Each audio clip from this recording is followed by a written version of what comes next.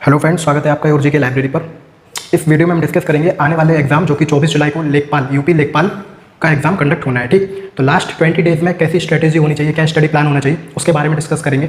ठीक, तो देखिए टोटल 8085 इतनी वैकेंसीज हैं। ठीक, और लगभग 2.5 lakh means 2.5 lakh something aspirant है जो इस एग्जाम को देने वाले हैं। ठीक, अब लास्ट 20 दिन में कैसे पढ़ा, क्या पढ़कर जाएं और क्या छोड़कर जाएं, उस बारे में हम बात करेंगे। तो ये वीडियो बहुत इंपॉर्टेंट होने वाला है। ठीक, देखिए इधर लिखा भी हुआ है लास्ट 20 डेज स्टडी प्लान। देखो इसमें आपके 4 सेक्शन आने हैं, जैसे हिंदी के 25 क्वेश्चन, जीएस 25 क्वेश्चन। अच्छा, इसमें जो नेगेटिव मार्किंग है वो 1/4 है। ठीक, 4 क्वेश्चन अगर आपके गलत हो जाएंगे तो आपका 1 नंबर डिडक्ट कर दिया जाएगा, घटा दिया जाएगा। अच्छा, इसको सॉल्व करने के लिए 100 क्वेश्चन को टोटल 100 क्वेश्चन आने हैं आपके एग्जाम में और 120 मिनट मिलेंगे आपको, यानी कि 2 घंटे। ठीक, 2 घंटे मिलेंगे आपको इसको सॉल्व करने के लिए। अच्छा, इसमें हिंदी आनी है, जीएस आनी है, ग्रामीण परिवेश और ग्राम विकास और मैथ्स आनी है। देखो अगर मैथ्स की बात करें तो आपके सिलेबस में स्पेसिफिकली लिखा हुआ है, क्लियरली दिया हुआ है कि आपको अर्थमेटिक पर ज़्यादा ध्यान देना है। ठीक, उसमें भी जो मोस्ट इंपॉर्टेंट चैप्टर है वो है प्रॉफिट लॉस। तो प्रॉफिट एंड लॉस आपको पढ़कर जाना होगा अच्छे से, उसके सारी ट्रिक्स सारे फॉर्मूले आप पढ़कर जाइए। ठीक, ज़्यादा कुछ अननेसेसरी पढ़कर नहीं जाना है कि आप ये भी पढ़ लें वो भी पढ़ लें और फिर आप पाएंगे कि एग्जाम में बहुत कुछ आप इररिलेवेंट ठीक पढ़कर चले गए, जो कि काम का ही नहीं। आपको एग्जाम निकालने से मतलब है, पीएचडी नहीं करनी है। ठीक, तो अर्थमेटिक में आप प्रॉफिट लॉस देखकर जाइए। ठीक, टाइम एंड वर्क देखकर जाइए। तो इस तरह के चैप्टर आपको देख के जाने। अच्छा, अगर आपने यूपी ट्रिपल एससी का जो पीईटी एग्जाम हुआ था अगर वो दिया हो तो आपने देखा होगा उसमें मैथ्स में चार्ट यानी कि स्टैटिस्टिक्स बहुत पूछी गई थी। ठीक, अभी यूपी पीसीएस का एग्जाम हुआ उसमें भी मीन मोड मीडियम से एक क्वेश्चन आया था। तो आपको ये स्टैटिस्टिक्स में मीन मोड मीडियम के सारे कॉन्सेप्ट पढ़कर जाने, फॉर्मूला बेस्ड क्वेश्चन आएंगे, इजीली हो जाएगा आपसे। लेकिन अगर पता ही नहीं होगा तो फिर आप उसको अप्लाई नहीं कर पाएंगे फॉर्मूले को। ठीक, अच्छा बात करते हैं आपको पाई चार्ट, ये सारी नॉलेज होनी चाहिए क्योंकि मैथ्स में जब आप जाएंगे तो आपको ग्राफ्स और पाई चार्ट ही देखने को मिलने वाले हैं। उसमें भी जो वैल्यूज आएंगी, जैसे आपने देखा होगा अगर यूपी ट्रिपल एससी का जो पीटी एग्जाम हुआ था लास्ट ईयर, उसमें आपने देखा था तो पॉइंट में ज़्यादातर संख्या थी। ठीक, अगर ग्राफ भी था और 2 चीज़ों के बीच में अगर रेशियो निकालने के लिए भी बोला गया था तो उसमें भी पॉइंट में थी वैल्यू। ठीक, मतलब इंटीजर की बात ही नहीं हो रही। Not only for UP triple SC, even अगर आप हर एग्जाम देखें हाल ही में जो कंडक्ट हो रहे हैं उसमें कैलकुलेशन बेस्ड मैथ्स आ रही है, मतलब कैलकुलेशन करवाई जा रही है आपसे। ठीक, तो उस पर आपको ध्यान देना है। बात करेंगे अच्छा जीएस की, अभी बात करेंगे कि ये 25 क्वेश्चन है, कितना आराम से आप इसको कवर कर सकते हैं। ठीक, तो उसको भी बाद में चर्चा करेंगे। बात करेंगे हिंदी की। हिंदी में आपको जो ग्रामर है वो तो पढ़नी है, लेकिन इसमें जो अलंकार और छंद ये पढ़कर नहीं जाना है। ठीक, बाकी सिलेबस वही है, समास आने, तत्सम तद्भव आना है, विलोम शब्द आने, पर्यायवाची शब्द आएंगे। ठीक, तो ये सारे आपको पढ़कर जाने हैं, जो कि अगर आप देखिए आप UP triple SC PET clear करके आए, इसका मतलब ये है कि आप क्रीम जो होती है ना, एक लेवल होता है तैयारी का, वो आप ऑलरेडी क्रॉस कर चुके हैं। तो आप हिंदी पढ़ चुके होंगे, आपकी तैयारी होगी, तो हिंदी की तो कोई टेंशन है नहीं, आप आराम से इजीली 20 से 22 क्वेश्चन कर लेंगे। जीएस की भी अपन बात करेंगे। ग्रामीण परिवेश और ग्राम विकास की बात करें तो इसमें देखो लेखपाल होता क्या है उसकी जानकारी आपको होनी चाहिए। भूमि की इकाइयाँ, ठीक, वो आपको पता होनी चाहिए, जैसे हेक्टेयर में, बीघा, ये सारी आपको नॉलेज होनी चाहिए। भूमि की इकाइयों की मैं बात कर रहा हूँ। फिर ग्राम, आपको पता है प्रशासन की सबसे छोटी इकाई जो है वो ग्राम है, गाँव है। ठीक, तो आपको इसके बारे में पता होना चाहिए। परिवार की आपको डेफिनेशन पता होना चाहिए कि परिवार किसे कहते हैं। ठीक, वो पता होना चाहिए। ग्रामीण विकास के बारे में आपको पता होना चाहिए। उसमें भी अच्छा ये गांव है, उसका विकास कैसे हो सकता है, उसमें कृषि सही हो, फसल अच्छी हो। ठीक, जो केंद्र सरकार की या जो राज्य सरकार की योजनाएं हैं अगर वो सही रूप से क्रियान्वयन हो रही हैं तब तो उस गांव का डेवलपमेंट होगा, वरना कैसे होगा। ठीक, तो यही सारी चीज़ें आपको पढ़नी है। आप देखेंगे ग्रामीण विकास में सबसे ज़्यादा जो पोर्शन है वो योजनाओं का भी है। ठीक, अगर आपका 25 मार्क्स से ग्रामीण विकास आ रहा है ना तो उसमें 8 से 10 क्वेश्चन आप देखोगे वो योजनाओं से पूछे जाएंगे। उसमें भी दोनों टाइप की योजना, जैसे केंद्र सरकार की योजना और राज्य सरकार की योजना। ठीक, तो ये आपको पढ़कर जाना है। उसके बाद पशुपालन कैसे किया जाता है, क्या कर सकते हैं इसमें, ये पढ़कर जाना है। उसके बाद फसलों की जानकारी आपको होनी चाहिए। ठीक, 3 टाइप की फसल होती है तो उसका आपको पता हो। सिंचाई और मिट्टी की जानकारी आपको होनी चाहिए। तहसील, जो लेखपाल है उसका जो ऑफिस होता है वो तहसील में ही होता है। ठीक, तो उसके बारे में आपको पता होना चाहिए। तो इन सारी चीज़ों को भी आपको थोड़ा पढ़कर जाना है ताकि एक भी क्वेश्चन आपसे मिस ना हो, छूट ना पाए। बाकी अगर आप ओवरऑल टॉपिक्स देखेंगे ग्रामीण विकास इस वाले सेक्शन में तो आपको 10 से 12 टॉपिक बस हैं जिनको आपको रीड करना है। आप इजीली कर सकते हैं। आप कोई भी मैगजीन ले आइए, उससे पढ़ लीजिए, जैसे घटना चक्र आती है, यूथ पब्लिकेशन की आती है, उसको भी आप पढ़ सकते हैं, इजीली हो जाएगा। एक दिन का अगर एक चैप्टर भी करोगे तो 10 से 15 दिन में आप पूरा सिलेबस कवर कर लोगे। ग्रामीण विकास की मैं बात कर रहा हूँ। ठीक, उसमें भी जो मोस्ट प्रोबेबली जैसे लास्ट के 2 से 3 जो टॉपिक होंगे वो योजनाओं के बेस पर ही होंगे। ठीक, योजना क्या, योजना करंट का भी पार्ट हो जाता है। ठीक, तो इन सारी चीज़ों पर आपको ध्यान देना है। अब बात करेंगे जीएस की, जीएस के 25 मार्क्स आप कैसे तैयार करेंगे।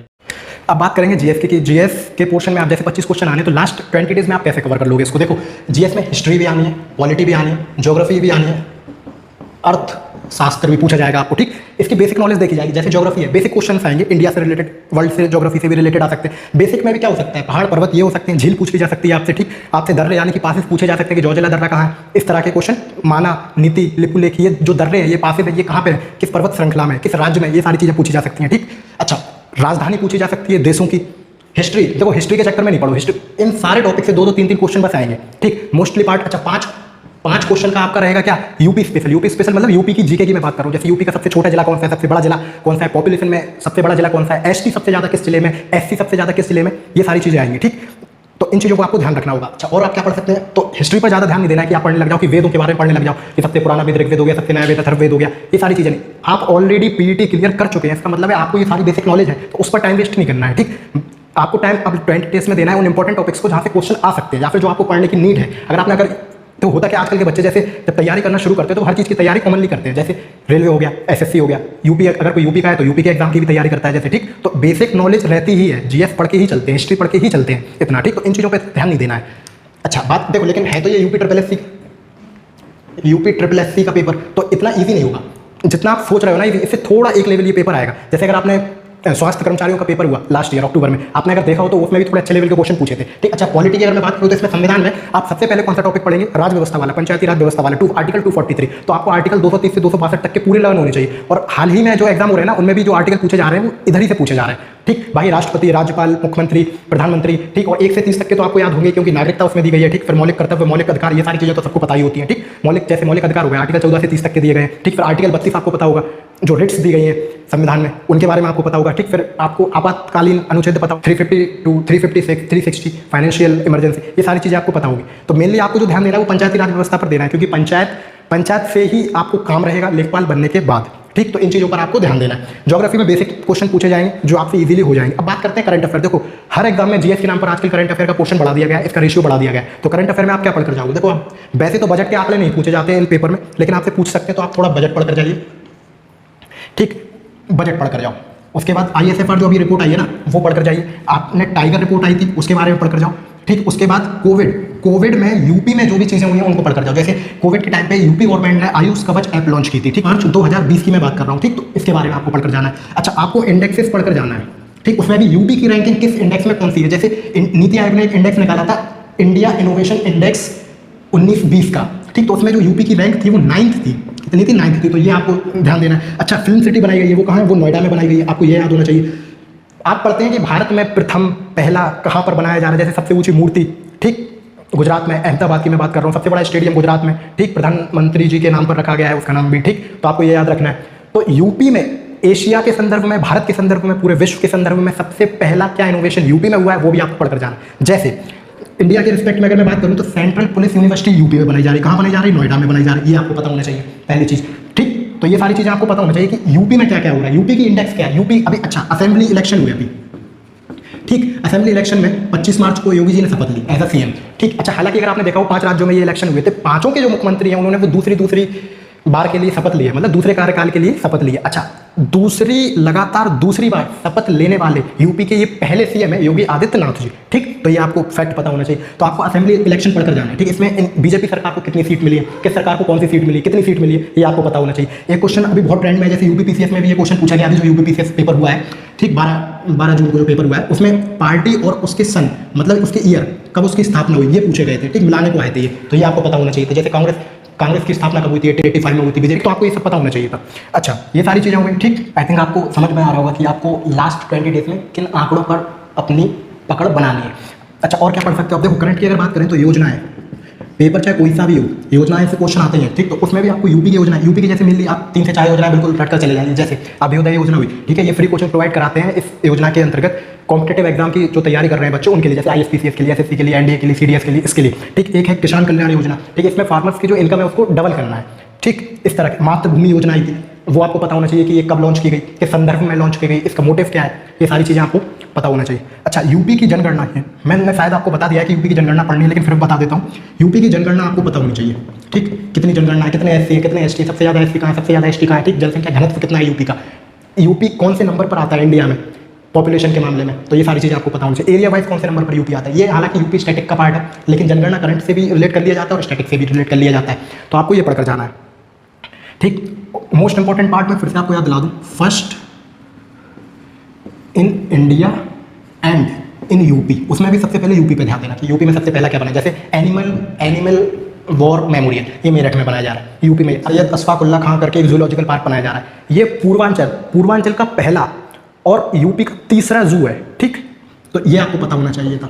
ठीक। अच्छा पूर्वांचल की अगर मैं बात करूँ तो पूर्वांचल वही है मिर्जापुर, गुड्डू भैया और मुन्ना भैया वाला इलाका, ठीक। तो पूर्वांचल, अच्छा पूर्वांचल बोल देते हैं कि पूर्वांचल पूर्वांचल। अगर आप बाहर के लोगों से भी पूछो ना तो यूपी के नाम पर अब वेब सीरीज इतनी बन गई है, सीरियल्स में, वेब सीरीज में, मूवीज में इतना हाईलाइटेड हो गया ये वाला पार्ट कि यूपी के नाम पे जैसे कोई कभी यूपी अगर ना आया हो, जैसे बेंगलोर साइड के लोग हो गए, हैदराबाद साइड के लोग हो गए, अगर इनसे यूपी की बात करो तो उन्हें लगता है ये वही इलाका है, ठीक। इधर हर घर में यही सब चल रहा है, कट्टे बन रहे हैं, बंदूकें बन रही हैं, लेकिन ऐसा है नहीं। अच्छा पूर्वांचल जो एरिया है उसमें कौन कौन से जिले हैं, पूर्वांचल जब बोला जाता है तो उसमें कौन कौन सा एरिया आता है, मिर्जापुर आता है या फिर और कौन कौन से आते हैं, ये भी आपको पता होना चाहिए, ठीक।